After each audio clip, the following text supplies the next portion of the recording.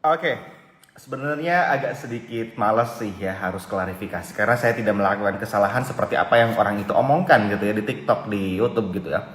Tapi karena dia menyebutkan nama Doni Salmanan gitu, jadi kayaknya gue harus ngomong dengan ke si orang itu aja ya. Karena untuk orang-orang lain tuh aku nggak ngerasa ngelakuin kesalahan lah kalau misalkan omongan-omongan seleb-seleb yang lain. Ini mah untuk yang menyebutkan nama Doni Salmanan, oke?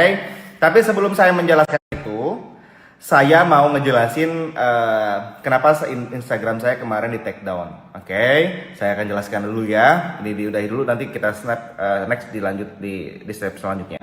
Sekarang saya akan menjelaskan kepada kalian semuanya kenapa Instagram saya kemarin di take down. Oke, ini sebenarnya saya masih belum boleh posting-posting sih, tapi sekarang saya memaksakan untuk posting-posting karena telinga saya udah jeli banget gitu sama orang-orang yang fitnah saya. Oke, Instagram saya di take down karena kemarin efek dari kuis-kuisan. Ya, saat kuis-kuisan Instagram saya dalam 1 menit yang lihat story itu sekitaran 100.000 orang.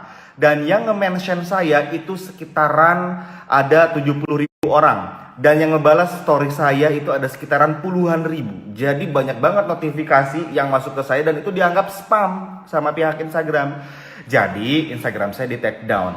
Ya, yang tadinya harus disable sekitaran 30 hari, tapi alhamdulillah dalam jangka waktu 1,5 hari ini bisa balik. Dan sebenarnya ini masih belum posting-posting, tapi dikarenakan saya udah, waduh harusnya ini kayaknya gue harus ngomong gitu kan. Jadi di sini saya ngomong lewat Instagram dulu. Nanti kita akan sama. Oke, sekarang masuk ke dalam teori trading. Ya, saya ngomong kepada kalian semuanya bahwasanya salah satu usaha saya itu adalah di bidang trading. Oke, dan juga tidak semuanya penghasilan saya ini di dalam dunia trading gitu. Dan trading saya tidak hanya di binary option, ada di forex, ada di saham, ada di cryptocurrency ya. Kemudian ada di binary option. Apakah saya harus memprostikan semua penghasilan saya, hasil trading saya? Nggak perlu.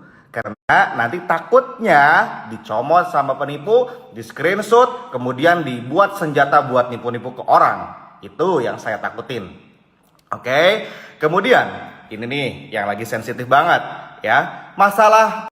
Oke, sekarang kita masuk ke dalam teori apa itu affiliate.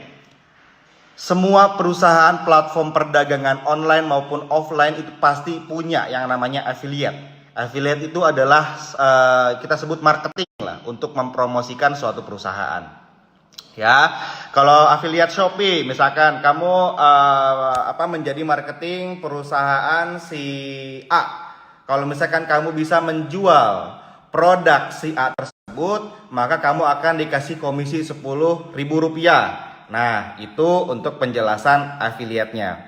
Oke, seperti itu gambarannya, sudah paham kan teman-teman semuanya? Kita lanjut ya ngebahas affiliate trading.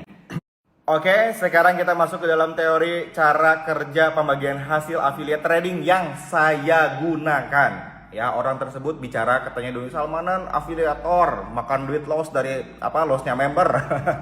Oke, jawabannya kayak gini. Affiliate yang saya gunakan itu tidak seperti itu. Misalkan dalam jangka waktu sekitar 6 bulan Doni Salmanan menarik 2.000 orang. Misalkan ada orang yang registrasi akun trading di bawah link saya itu sekitaran 2.000 orang dalam jangka waktu 6 bulan.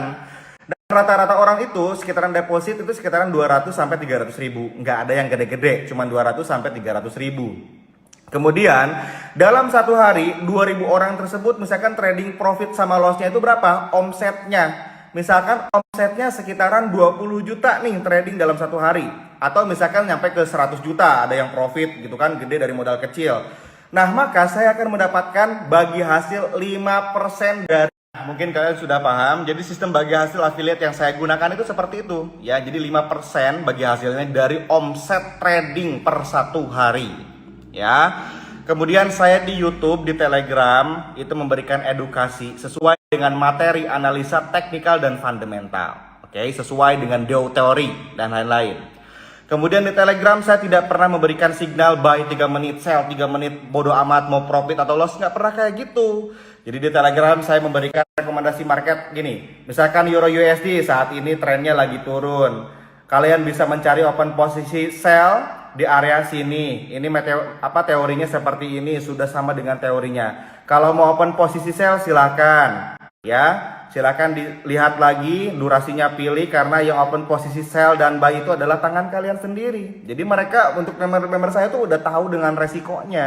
Nah ini diperkeruh dengan teman-teman sudah paham ya. Kalau misalkan dapat informasi A, B, C, D, tolong dicerna dulu. Saya pribadi sebagai Doni Salmanan tidak pernah memaksa orang untuk join ke dalam trading. Kemon, yang mau kaya trading sama saya. Kamu nggak punya duit, nggak punya penghasilan, trading sama saya. Nggak pernah tuh saya kayak gitu di sosial media maupun di offline ke teman-teman saya. Bahkan teman-teman saya yang mau belajar trading ke saya, itu saya pasti ngomongin masalah resikonya. Kalau dia pengen deposit saya paksa jangan dulu deposit. Belajar dulu 3 bulan. Saya aja belajar trading 3 bulan, bos, nggak langsung trading deposit. Sok, teman-teman saya pasti kalian sudah pernah dengar omongan saya seperti itu.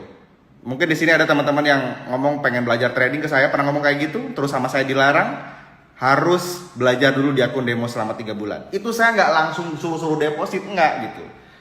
Nah, di dalam story ini semuanya saya menjelaskan kepada kalian semuanya mengenai affiliate yang saya gunakan. Dan tidak semuanya penghasilan saya ini di affiliate gitu loh. Masa selama 3 tahun dari 2018 sampai sekarang saya mau dibilang kayak gitu? Saya mau dibilang afiliator kayak gitu? Lah terus gimana dong hasil dari usaha di sektor real saya gitu? Hasil usaha di sektor real, sektor finansial selain trading, itu mau gimana gitu loh. Saya tidak dendam dan tidak benci kepada orang yang sudah memfitnah saya seperti ini. Memfitnah, membicarakan omongan-omongan yang tidak saya lakukan di publik. Mungkin ini adalah teguran bagi saya agar supaya saya tidak terlalu fokus terhadap duniawi. Kudu eling kadiri hirup mah. Soalnya hirup muasalilana bakal modar gitu kan. Kehidupan yang sesungguhnya adalah kehidupan sesudah kematian gitu. Jadi hasil amal jeung ibadah anu dicokot mah. Jadi supaya orang tidak terlalu ngeberunting gitu kan duit gitu kan.